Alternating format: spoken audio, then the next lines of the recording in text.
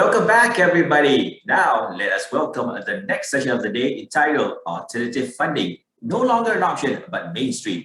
Moderating this session is Elain Lockman, the Chief Executive Officer and co-founder of ATA Plus. Elain is currently the council member for the Malaysian Business Angel Network (MBAN) and the president of the Registered Digital Markets Association Malaysia. She was awarded the 2019 Women Icons Malaysia and the 2020-2021 batch of Digerati 50 for her exceptional contributions on Malaysia's digital economy. Therefore, pass over to you, Elain. Thank you, Hasrul. Thank you very much. Good morning, everybody, and welcome to this session. And today we're talking about, I think Hasrul mentioned earlier, alternative funding, no longer an option, but mainstream. Joining me this morning is three very esteemed panelists from the equity crowdfunding industry. So let me introduce them. Okay, no stranger to the ECF industry, Mr. Sam Shafi. First up, my comrade, and he's the Chief Executive Officer and co-founder from Pitchin. So Pitchin is one of the first platforms that received the registration from Securities Commission for equity crowdfunding. Next up is Sophia Abdul Ghani from Funnel. Thanks for being here, Sophia. And last but not least, we have William Len, the Chief Operating Officer and co-founder of MyStarter. So thank you for being with us this morning. So I think we're going to have a very interesting conversation, but I think before we start the discussion, this conversation, so let me just perhaps share a little bit of data with the audience in terms of how the equity crowdfunding industry has grown ever since it was first introduced in Malaysia in June 2015. And Malaysia, interestingly, is also one of the first countries in ASEAN to regulate equity crowdfunding. So when it was first introduced, I think we're looking at maybe looking at the data going as far back as 2017, and this is captured in the Securities Commission Digital Analytics website. So in 2017, so specific to ECF, we raised close to 17 million. And it's been steadily growing, but however, as of last year, I think as industry players, when COVID first hit us, we were all very concerned in terms of how it would hit the industry, especially fundraising specific to the SME community. But much to our delight and surprise, it was one of the best years for equity crowdfunding industry. So the industry grew close to 400%, and to date we have raised this is as of 30th June, this is numbers that's listed on the SC. We've raised close to 300 million ringgit for 203 companies, and so the campaigns that has been up and running has been about 214 companies. So we see, I think this is where we wanted to discuss with our esteemed panelists where the industry has grown, where it's at, and where do they think it's going. So let me start with this question. The first question would be, in terms of, I think, your experience and since the platforms have been operating, what have been your observations, in terms of the growth and also the evolution in the last 6 years? I mean, when I say 6 years, it's from the onset, but of course, for Pitchin and for Atta Plus myself, so we started way back 6 years ago, but with MyStarter and Sophia maybe a bit later. But I think we'd like to get the different viewpoints from the individual operators in terms of the types of business that is actually fundraising, the stage of the businesses, and also maybe in terms of the understanding, also the awareness of both the business community as well as investor community in terms of this investment asset class. Perhaps let's start with Sam, because you first started way back when, and then we can move on to say Funnel as well as MyStarter. Sam, over to you. Thanks. Thanks, Elaine. So you're right. A lot has changed, right? Since we first started way back in June 2015, the very early days of equity crowdfunding. And I think you'll agree with me, Elaine, and also some of the people here in the crowd. In the early days, I think what was the challenge, the main challenge for all of us was education, yeah? Education in terms of companies who were looking to raise funding and also investors who are looking to invest in these companies. So in the early days, I would probably say that the first 2.5 years, tremendous challenges in terms of getting people knowledgeable about this particular product. But what I think worked for pitching in the early days was really to work with companies which we felt was very notable in the ecosystem itself. You know, Elaine, that in the beginning, we were more focused on technology companies. They were much more aligned to our ecosystem, hence they knew or understood much more easier in terms of how equity crowdfunding works. So I think in the early days, all of us were focused on finding those companies that would propel equity crowdfunding, right? So I think in terms of pitching, that was our strategy. And we worked with companies like Kaki Tangan, Baby Dash, Signature Market, and they actually help in terms of elevating that education, right? So it's great that we go out there and talk to people, but until people see it and feel it, it's all about theory, right?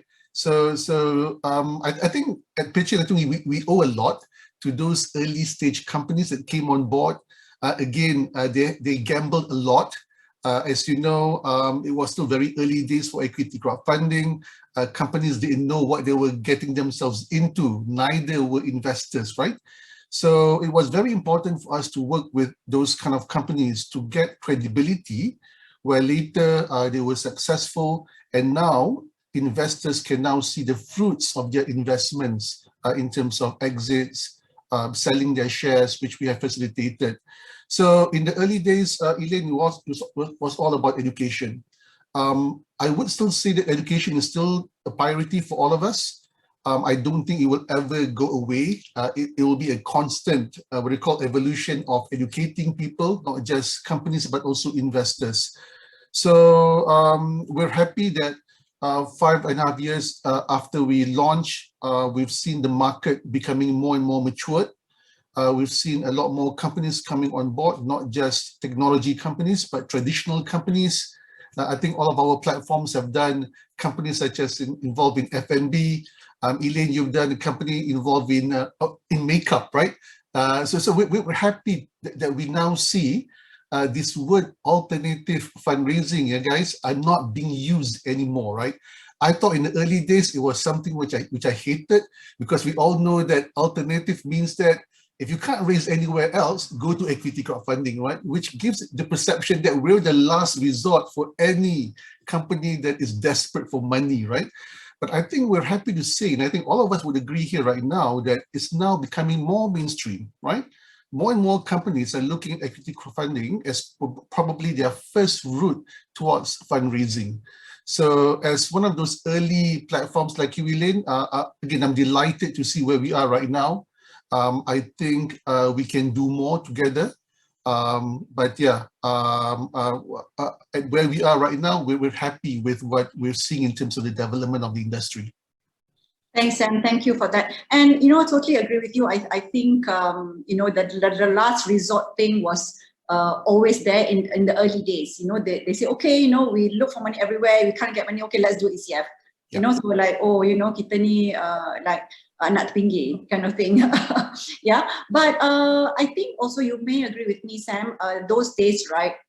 Companies who actually decided to go for ECF, they also didn't understand what they were getting themselves into. I think their perception was like, okay, I get on ECF and suddenly the money just appears. That's right. And that is, I think, perception that over the years, I think a lot of business owners that, like you say, we have to create the awareness and education about coming on to ECF. Yes, it is an alternate platform, but because you're working with the platforms that you are now able to legitimately fundraise from the public, which you couldn't have done so previously. And I would like to pose this question to William and also Sophia. Do you see this kind of perception also trend in terms of they think it's easy to go on the platform, or they understand what they're getting themselves into? Maybe firstly we'll go with Sophia first and then William. Thanks, Elaine. So from my interactions with companies on a daily basis, I realized that the burden on these fundraising companies is quite high. So they have quite a bit of preparation, sometimes to do before we launch a deal on the platform. So this is why in Funnel especially, we also leverage on our relationships with our partners. And I'm sure that other ECF operators can also agree with this, that this is absolutely important. So we have provided resources beyond capital for fundraising clients. Our partners include legal and corporate secretarial services, accelerator, incubator networks, and also market expansion services. So I feel we are consistently listening to our network, and that is something we must do to seek more strategic partnerships that will be beneficial to our fundraiser clients. Connecting fundraisers to our partners used to be ad hoc, but I think it's important for us to make it official so that other prospective fundraisers can also benefit from it. Thanks, Sophia. William, let's get on to you. So what have your observations been since MyStarter, started to operate in this space? Yeah, thank you, Elaine. MyStarter, I think we are new because we started, even our company started in 2012, but we started as we call it reward-based crowdfunding platform for the past 9 years. So our experience actually from there, because it came quite naturally because we started with the product. Then later on, I think in 2017, we started with this, we call it a Dream Factory Startup Contest. So we invited a lot of these new young startup to come and join us as an incubator. So I think we produced since 2017. This year will be our 5th year participating in this campaign. And this year alone, I think even though now it's a pandemic, but I think we gathered about 415 teams participating, and now we've got 72 teams coming in. But because of this startup, I think they have an idea, they got a great product and services, but I think they are lack of funding. That's why in 2018, we started applying for the license, and we got the license in May 2019. So without any delay, I think we jumpstart with those startups who want to looking for funding, a very small amount, maybe 500,000 and above. And then we came into this pandemic in March. But I think the opportunity came because we are IT company, so we are able to transform all the what you call it, the event to online via the Zoom and also the StreamYard via the Facebook Live. So we do a lot of campaign online. Before that, I think we do the offline. The effort is very great because you need to invite them to the venue and so on. The cost is very high and not that effective. So throughout this year, and also because I think the government also have launched some good campaigns such as MySafe Core Investment Fund. So I think we right on the benefit, and even though it's a pandemic, but 2020 is our first year, we're able to close about 13 projects with total funding about 20 million. And with this government funding coming in, I think actually 2020 was the best year. The whole industry gathered about, close about 80 projects and with total funding of 125 million. And this year, although it's still pandemic, I think quite bad, but still, because I think we always say the bad year also is a good year. A lot of companies able to transform, and because cannot survive offline, especially those retail industry. So a lot of people are transformed, and also a new business idea came in. This year alone, I think we do a lot of campaign via our this strategic partner and also our this marketing campaign. We are able to gather close about 1,500 applicants and to come on board, and we conducted classes for them. And this year alone, I think we are able to identify close about 60 campaigns which can be on board now. So for the first half year, I think it's quite good. The company that came on board, I think they are namely platform-based and e-commerce, fashion, and food and beverage, especially now pandemic, a lot of restaurants converting into a food. And recently, I think we also the platform. Just about a couple of weeks ago, I think we have closed the biggest project in ECF history, which is a subscription-based model. They raised 10 million within 4 days' time. So I think this is very encouraging. Not only I think for the startup and the small enterprise, I think the mid-size are now able to come in because for ECF the maximum is 10 million. For any company who would like to raise about 3 million to 10 million, I think will be quite attractive to them. So I think we are reaching out to this, we call it a star project, where this ECF also also categorize them as the large funds amount. And so this would be our focus. And for this, throughout this year, I think the thing that we do to get all this SME on board, I think we have to do a lot of education. They are not aware of this ECF, even though I think the publicity is a lot, but still not enough to reach out to them.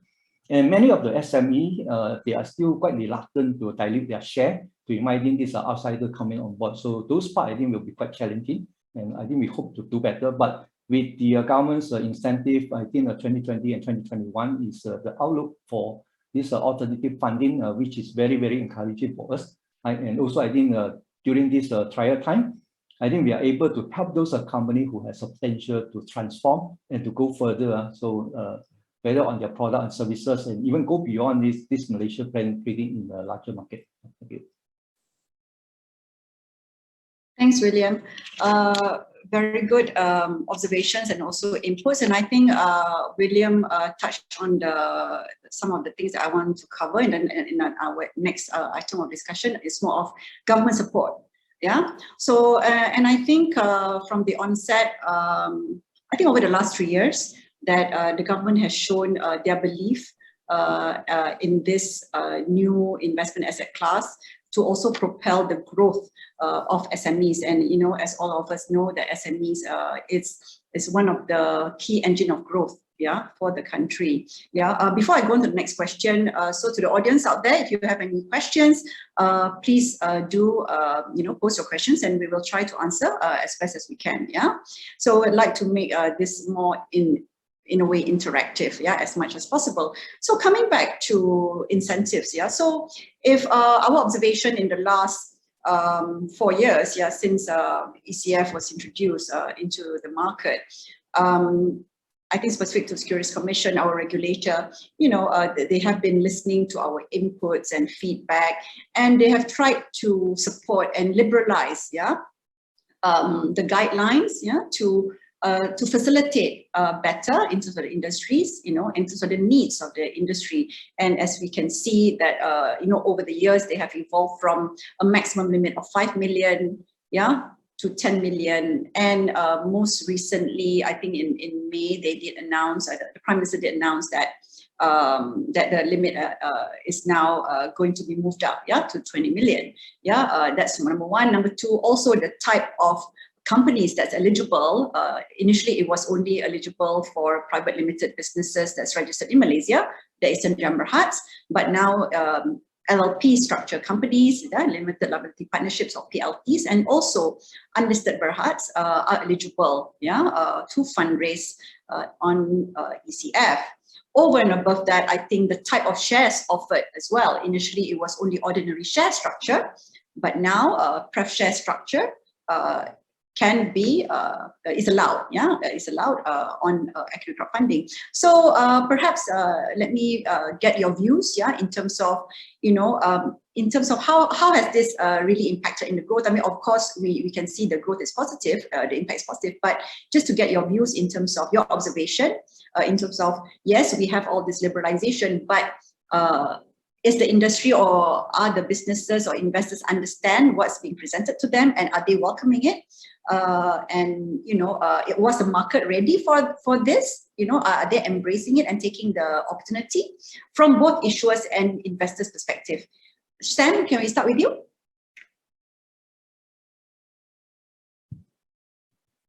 Oh, Sam is frozen. Okay, maybe we start with Sophia first, whilst we get Sam sorted out into for the technical challenges. Yeah. Sure, Elaine. Yeah. Okay, so on the increasing lifetime fundraising limit, back in April 2016, I think the guidelines on recognized markets was amended to remove the yearly limit of maximum fundraising at that time. So I think at that time it was 3 million, but it was removed that year. And during the same amendment, the lifetime amount for fundraising was raised from 5 million to 10 million.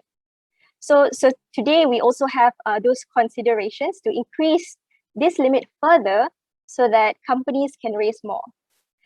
I feel increasing the limit benefits companies not just by ensuring they can raise a larger amount of funding per campaign. But this also opens up doors for them to have multiple rounds of ECF fundraising at more stages of their business. So early stage, growth stages, and even pre-IPO. So what we want, I feel, as an ECF operator, is we would like to grow with our fundraisers. We want to continue seeing ECF as a viable means of meeting their fundraising needs throughout the life cycle of the company. This could mean that regulations may also need to evolve with the changing needs of businesses, from minimum ticket size to structure, as you've mentioned, Elain, and perhaps non-monetary support as well to allow businesses to take flight. So, example, overseas expansion and access to business expertise. Thanks, Sophia. Okay, welcome back, Sam. We're glad to have you back. Okay, so would like to hear from you, Sam, in terms of your perspective from both issuers and investors, in terms of, are they embracing this liberalization, the guidelines? Are they taking it positively? Are they taking advantage of it? And yeah, your views. Right, thanks, Elaine. Sorry, folks, for that internet disruption just now. So I think we're lucky that we have a regulator that listens, yeah. Not just listens, but they also act on it. So I'm a bit delighted and surprised that even though we've only been in the market for the last 5.5 years, right, we've seen tremendous changes, right?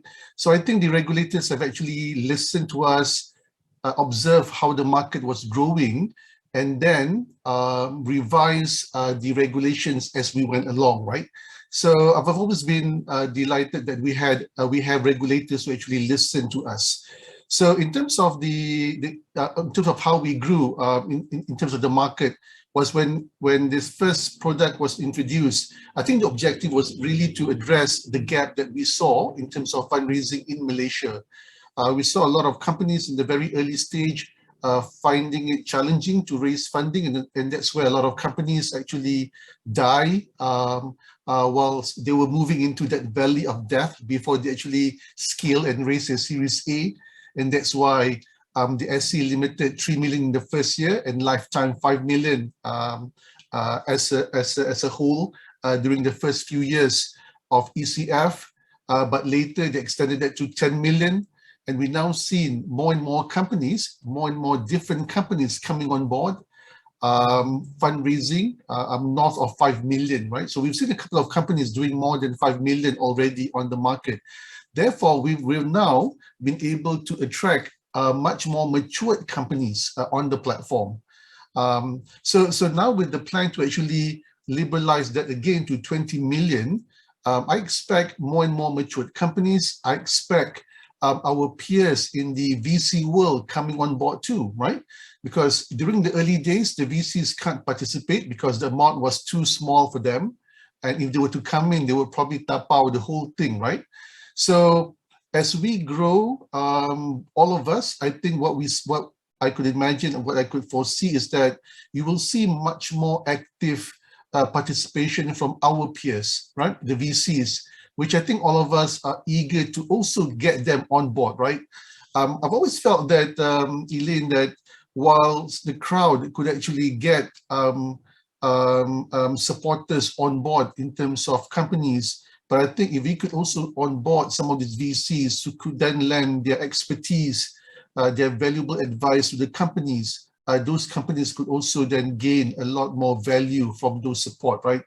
Because I think in the end, all of us are not just concerned in terms of them fundraising on our own platforms, but we're also equally concerned what happens next, right? Because what happens next is really what our other clients are looking forward to. Their investment, right? Will they make money from the investment, right? So I think it's very important that this ecosystem grows, not just during fundraising, but also post-fundraising. I think that's equally important and something which our other customers or clients, the investors, are looking forward to, right? So again, I'm happy with how the regulators are responding to this. I think they are a very open organization. They're happy to listen in terms of views and feedback from us. So those perception that regulators are stiff and won't listen, I think all of us agree that we have on board with us a good partner in terms of growing this particular investment product. Totally agree with you there, Sam. I think I would like really to commend the Securities Commission for working together with the industry players, to keep, I would say, innovating, keep the innovation up, but at the same time, innovating correctly for the good of the industry. And I think you highlighted a few key things there, Sam, like, the fact that, you're getting a different type of businesses, right? It's no longer the startups. I think at the onset, I think it was rightfully pointed out, it's more of the tech kind of companies who understood what equity crowdfunding is. But now, since it's becoming more liberalized, with the limits being pushed up further, and also with the matching fund as well, and also the different type of shares that's being allowed. So you're getting different types of businesses, companies that's non-tech, bigger companies. So you're looking at different types of players, But at the same time, I think this also pushes especially the startups to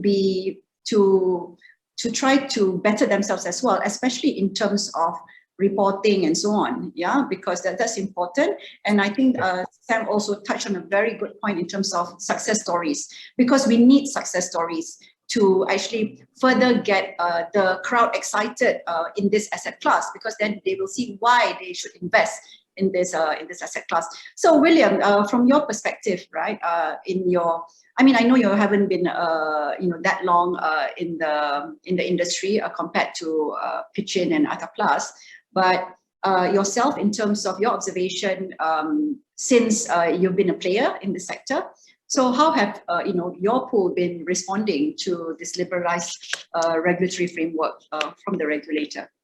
William? Yeah, Elain, I think the response was quite good, tremendous, and I must give a thumbs up to SC. Although I think we've been working with them for only 1.5 years, but this is an organization, government body which is very, very responsive and very professional. I think and also conducted the meeting with us quite regularly. I think given us as a young player, a new player, I think a lot of help. So that's why I think our first year jumpstart quite at ease. So the liberalization of the what we call it 10 million cap, I think also help us. So I think we also receive some of the higher amount campaign. Right, so that's why this year I think we are able to close one campaign up to about 10 million. But although all these cases are not many, but definitely I think this message sent up to this SME, a medium-sized company, a very strong is a voice that so for medium-sized company also welcome to do the fundraise. So this definitely I think will be able to fundraise a bigger amount. I mean, in terms of total amount funding, definitely will be better. In terms of this investor, I think in our platform, I think because we are started from this reward-based crowdfunding, in the past, I think the amount are quite small, but larger number of people pledging. Right? So when we convert into this equity crowdfunding, this number of investors also quite large. Averaging now, I think we have about 175 investors for all the project.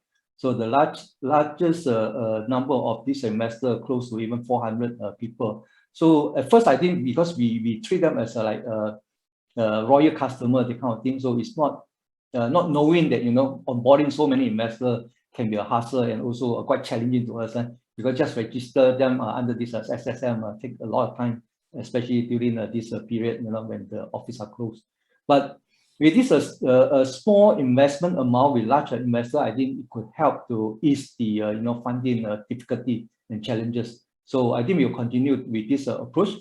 But because of a large amount of investor coming in, the amount they can invest in our platform, I think averaging is only about 12,000. Right? So I think with this 10 million, it immediately increase the per investor amount close to about 30 to 40,000. So I think to them will be probably in some of the project they would like to invest more. I think this is definitely a good news. So from both this issuer and also investor point of view, with this largest funding amount, I think we are actually able to continue funding with not just the first round. Just now I also agree with Sophie. after this what do you call it, seed round, after 2 years, these promises, their forecasts can be delivered. I think we also can plan them to go on board for the second round. In fact, I think for our first batch of issuer, we have two coming on board for the second round. I think this result came in quite healthy and very encouraging. They are able to enter into 2 because of total funding for the life cycle is about 10 million. So I think if the averaging amount is only about 2 million, so they can even do this fundraise with this ECF platform and campaign up to about 4 rounds. I think this is very, very encouraging. So we can continue not only help them to get funded, and so even we can ensure that this project and this campaign can be more successful, deliver the result and also the forecast they present to us and present to the investor. So post the ECF to us is very, very important also. I think we also handhold them to do a lot of campaign and this coaching campaign to ensure that continue growing. They need the talent pool, they need technology assistance. I think this community able to provide all this help to them. Right? So I think we also can leverage on our this ECF peer group to do all this. I think this will be a very definitely benefit to the community. Thank you. Sorry, I was muted. Thanks, William, for that. Okay. Yeah, I think the feedback from all of you is very encouraging. But I think what I also would like to ask, in terms of your point of view, I think William touched on, there's companies going back for a second round, or maybe you don't know, maybe a third round, right? On ECF. So, just out of curiosity, right? Why do you think that they would rather go on ECF platform rather than what's available out there? So we're talking about mainstream here, ECF becoming mainstream, right? So there's there's the lead market, there's the conventional financial institutions, So why do you think? Yeah. Sam? Actually, oh, sorry. Oh, sorry. Yeah, William, go ahead first. Yeah, there are actually 3 incentives that I can think of. First of all, I think doing ECF for the second round and third round, under the platform, the timing I think the time required will be much shorter.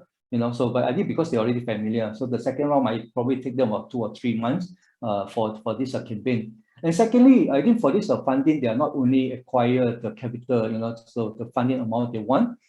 Because of a large number of these investors coming on board, and these people are very important because it serves like their ambassador or die-hard fans to promote their product and services. So this actually contribute the growth to the company. Right? So I think this part where I think they like it very much. And on top of that, I think for this ECF funding, because we are not a VC, the funding actually come from the public. Right? So after end of the campaign, they can get this large sum of money in one lump sum in one shot. I think compared with your private funding, you are coming to this VC, you might have stages of this fund release. I think this one can put some pressure on them. Right? So I think those are the incentives which is quite encouraging to them. I think especially on the community partner, they can acquire actually based on the funding, this investment package they want to offer to the investor, so they can actually get in about close to even a 500 investor. So this a large number of we call it investor and issuer relationship play a very important role for their business growth. I think this can help. And at the same time also for this campaign, because I think we do a lot of this awareness and also Facebook marketing. So also attract a lot of this business partner contribute to their business growth. Where they can actually get in some of the business partner providing solution, providing certain resources to this issuer. Yeah. Sam? I would agree with a lot of points that William brought up. At pitching itself, we've seen 6 or 7 companies coming back to the platform to raise further rounds. Apart from the ones that William mentioned, I think the other thing that I could share, Elain, based on my observation, is that I think companies feel it's much more cheaper in terms of fundraising on ECF. Again, all of us do not really charge a lot in terms of onboarding them. We only make our money when they are successful. And I think companies are happy with that, so they don't have to spend a lot of money in the beginning, right? And plus the fact that they've done their first round, in terms of marketing, it's already been done. People already know who they are. And those people who missed the first round, most of them are eager to come in the second round, right? Despite the valuation going up, right? So those who missed the boat during the first round will come during the second round. And we've seen that for all those companies that who came for the second round, all of them were very successful, and they did it in much more faster than their first round, right? So I think the experience which they went through sort of like pushed them to look at ECF as the normal way for them to raise until they can't. And when I say until they can't is when the fundraising limit is capped, right? But we've also seen instances where companies raise more money outside with VCs. So we don't really try to stop them, neither we do not try to discourage them. I think any fundraising beyond the first round is always great for investors moving forward.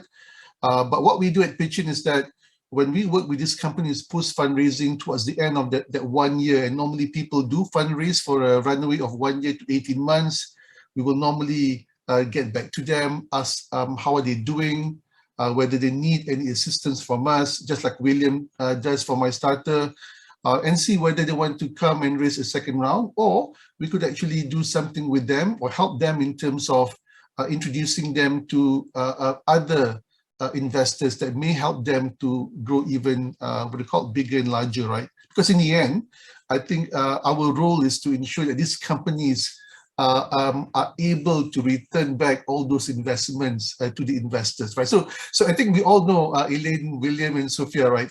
Companies come on board, they stay for a few months, and there you go, right? But the investors, they are there forever, right?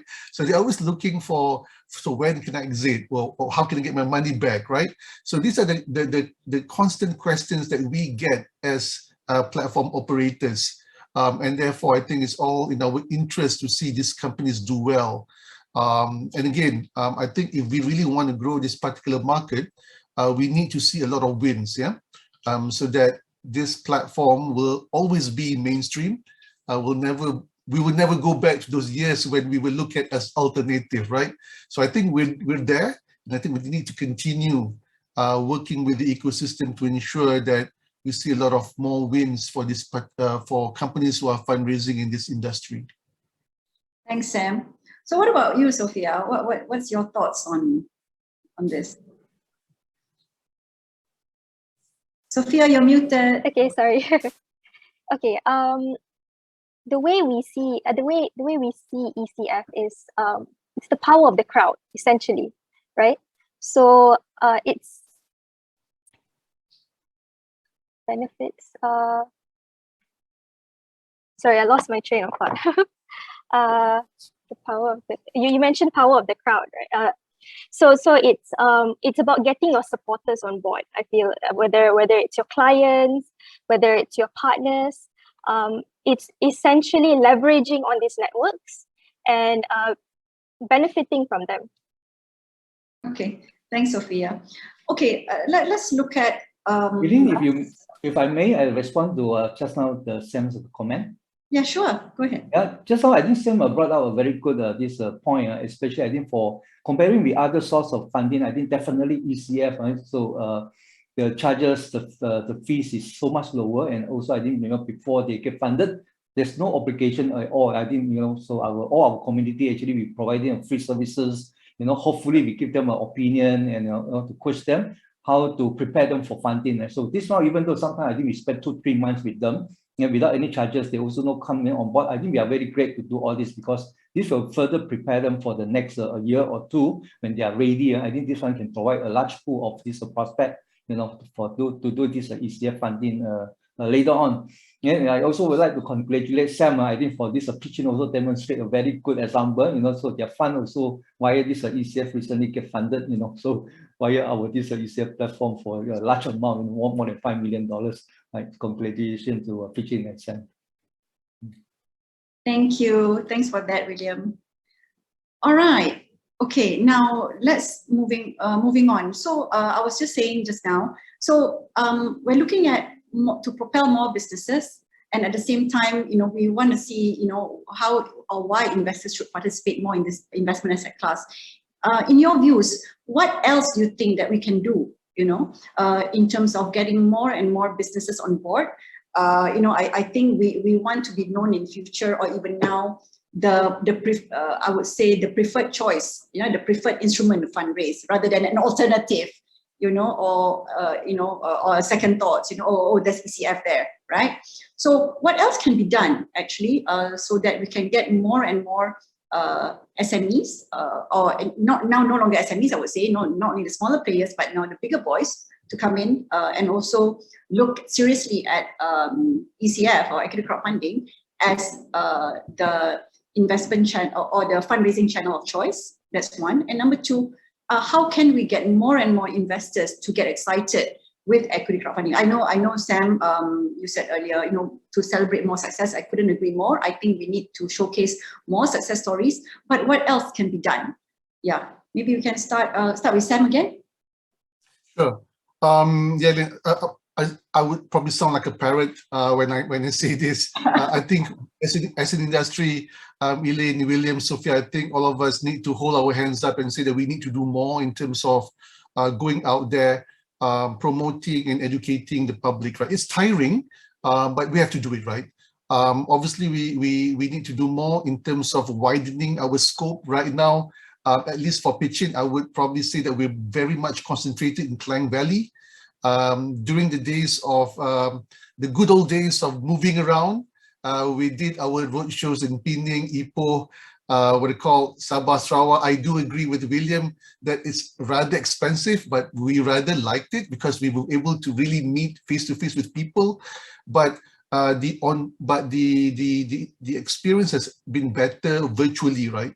But the challenge with virtually is that sometimes you're not able to reach out to those other parts of Malaysia, which is potentially not aware of equity crowdfunding. So we do get a lot of people in the Klang Valley, but I think we need to do more in terms of getting the word out in other parts of Malaysia. So that's where I think we've been lacking, right? So as an association, I think we need to do more in terms of that. Again, going back to our own companies, I think all of us have our own strategies in terms of working with partners. I think Sophia touched on that too. I think it's similar to what we do. I'm sure, Elain, you do that too. William, you do that too, right? Because we can't do everything, so we need to leverage on our partners too. So we need to do more in terms of promoting it. But I also think that I think if we could work much more smarter with our regulators in terms of driving this education, right? Sometimes, Elain, this is my own personal opinion, may not be a popular one with the regulators or with the organizers of Invest Smart. It's a great platform, but I think it's diluted with so many things happening, right? And I wish that moving forward, we could do something with the regulators and the education part of the regulators, where we could actually have something much more focused in terms of what we do, right? So that'll be great, because right now, as much as we are very supportive of what the regulators are doing in terms of the education part, but I feel that it's diluted with so many things happening, right? That the message becomes doesn't really get into the people that we want them to know. So that's something which I'm looking forward to, and I think what we need to do more. Again, it's not sexy, but it's something that we have to do for us to grow this particular market. Thanks, Sam. Can't agree with you more on that, especially on the education awareness. And of course, I think as an industry, as well as for the association, needs to work much more closer with the regulator on that note. Yeah, Sophia, what are your thoughts on this? Okay, so just now I mentioned power of the crowd, right? So many investors join our platform as they are already supporters of our fundraiser clients. So this is how we've seen ECF, because of the friends and family, clients and partners who come on board. So the first group of people, I believe, you have to convince are those within your circle. However, for investors beyond the circle, that's where we require a little more work. To attract more investor participation, we should offer more quality deals and also increase our efforts, like Sam mentioned, in investor education.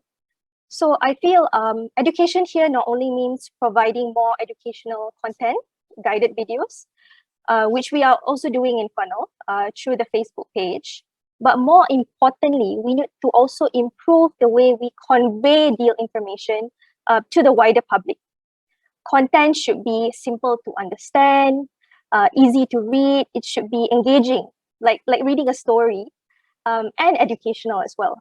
So of course, early investment is to invest in the future of a company. So there is no way to completely control the accuracy of the information because we're always looking at forecasting, etc. But what we can do as ECF operators is to ease that direct communication between investors and companies. Like other panelists mentioned just now, the roadshows, let investors ask deeper questions, help them make clearer investment decisions, and of course, allow them to get to know the leadership team as well of the company. So I think those things are very, very important. Thanks, Sophia. Thank you for that inputs. I couldn't agree with you more too. Yeah, in terms of making language much simpler. I mean, I always remember when we first launched ECF, right? And then the bahasa version of it, pendanaan modal masyarakat berasaskan equity. I mean, who would understand that, right? So making the terms much more simpler and much more friendly, friendly to the public, so it's something that seriously needs to be looked at. Now I guess we are coming towards the end of our session, but before we end, so a question to each of the panelists here. Moving forward, what's your wish list? Wish list to see the industry thrive further, to see more successes and to propel further growth of this sector. Maybe we can start with William. Thank you, Elain. My wish list, I think, is hopefully, because 2020, the 1:2 ratio for this MySafe has been quite responsive. Now I think it come back to about 1:4. I think, even though I think it reduced the ratio, but still quite welcoming. Right, so the total funding amount is now come to about 30 million. Looking at the growth, I think maybe the funding amount can go back to about 50 million, and also maybe the ratio can also back to about 1.2. So this is from the MySafe side. The other thing I think we like to see is maybe the regulator, the SC also can do more education with us, and also maybe subsidize some of the campaign for both the issuer and also the investor campaign, to bring more awareness to this community, because for both issuer and this investor, investing into this equity is very, very challenging, because from this issuer point of view, especially in this SME market, so because in the past when you are doing business, you always want to do it by yourself or family business. So you are not like want to inviting this outsider to become a partner, become a shareholder. This is something very, very serious. But now through this, to open up this share to the public is something very challenging. This need a lot of education. Why diluting of your share will not affect your operation, why inviting all this large investor will not disrupt this business. So this is something I think need to have a lot of question, education to this issue. Even for this investor also similar, because I think investing in is not something new. And so the public, I think they have a lot of option to invest, whether through a share market, property, and even this international investment. There's a lot.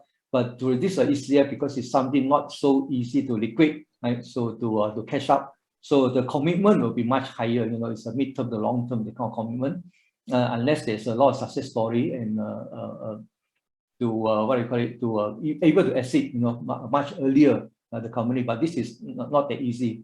The other, I think, the wish list is, I think the government also, I think, allow this ECF platform operator to open up the secondary market. I think this one will definitely help. But I think we also done the study internally.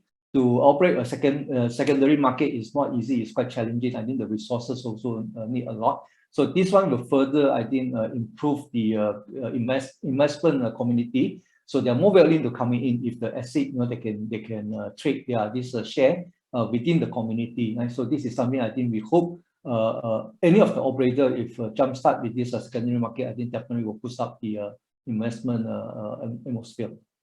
Thank you. Thanks, William. Sophia, let's hear from you. The last word. Thanks, Elain. The core concept of crowdfunding is to allow the public to determine what kind of business should exist in the society. So the way I see it, crowdfunding is not just a financial investment, but you are investing in society. So I strongly feel, like William mentioned just now on MySafe, right? We should also have MySafe fund allocation specifically for impact-driven deals. This is something I am also personally very passionate about. So I feel having this fund allocation, whether through MySafe or having a separate allocation for this, would be a catalyst to have more impact deals in the ecosystem, especially for those companies who before just consider more traditional routes.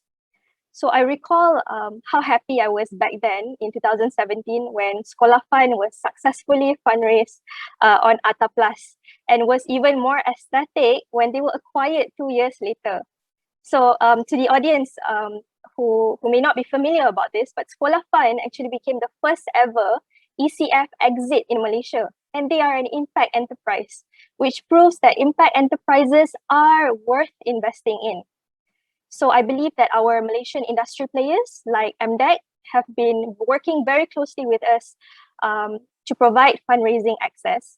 But moving forward, let's collaborate more, because I think a lot more can be done to develop impact-driven companies through incubators, accelerator programs, mentorships, and of course, fundraising through ECF.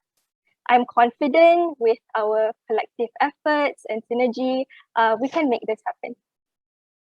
That's great, Sophia. And I think I would like to add to that suggestion also, if we could also look at extending it to women-led businesses, yeah? Because I think if you look at funding for women companies, I think it's seriously lacking, especially in the last few years.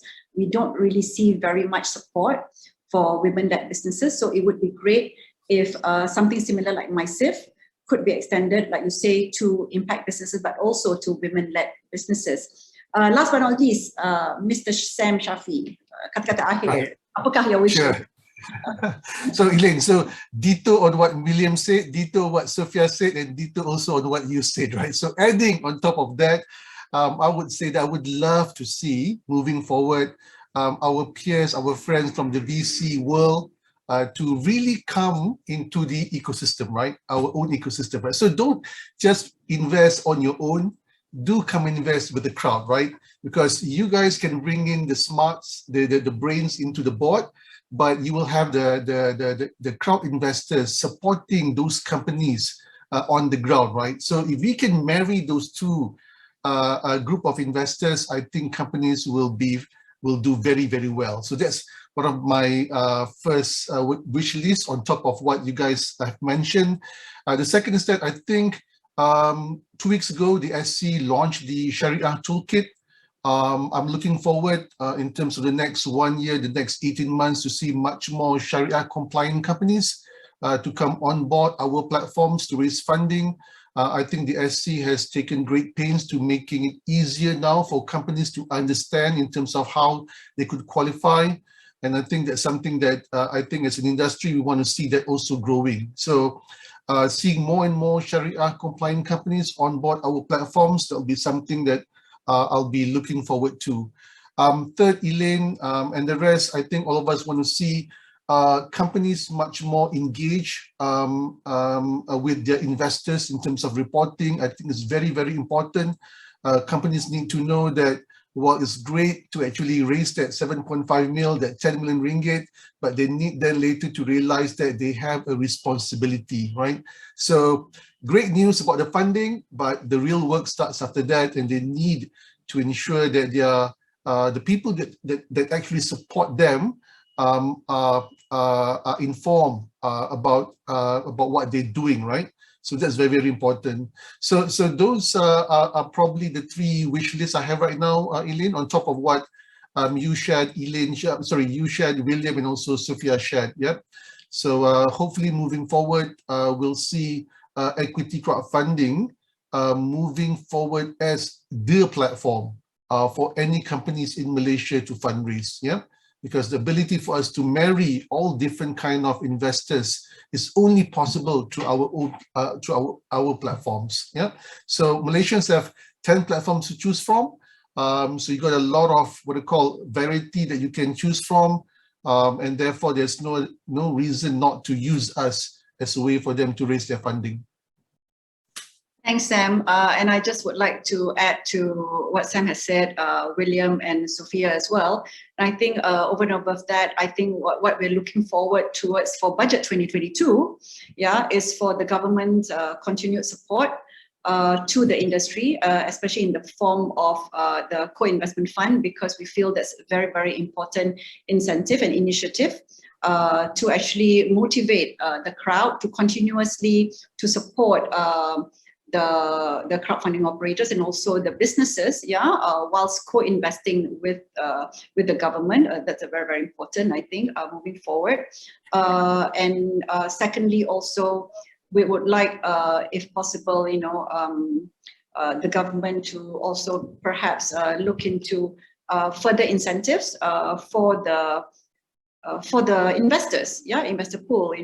Budget 2021 has seen the government, putting in an incentive whereby there's 50% tax relief, for any investors who invest in equity crowdfunding campaigns up to 50,000 ringgit in a year from 1st January 2021 until 31st December 2023.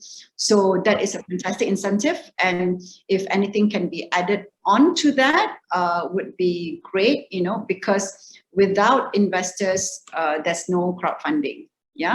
So with that, I would like to thank again all three of our panelists today, Mr. Sam Shafi from Pitchin, William Len from MyStarter, and also Sophia Ghani from Funnel. Thank you very much, and thank you to MDEC for inviting us here today. And we hope the audience, have gotten key takeaways from this panel session. And also, please look up on our individual platforms. If you're looking at fundraising and it's no longer alternative, it is the channel of choice for your fundraising. I would like to say that. Thank you. Thank you, everybody. Thanks. Thank you. Okay, Thank you. Thank you, Elaine. Yeah. Thank you, Elaine, and all the panel members for the engaging discussion on the insights and wish list on the alternative funding, which is now more mainstream. And note that 2016, Malaysia was one of the first countries getting ECF regulated. Thank you, everyone. We will now be moving forward to our next session of the day. It will begin very shortly. Do click join session and also complete the survey for us to continually serve you better. And remember, this recording is available for you to watch later on. So see you guys in a bit.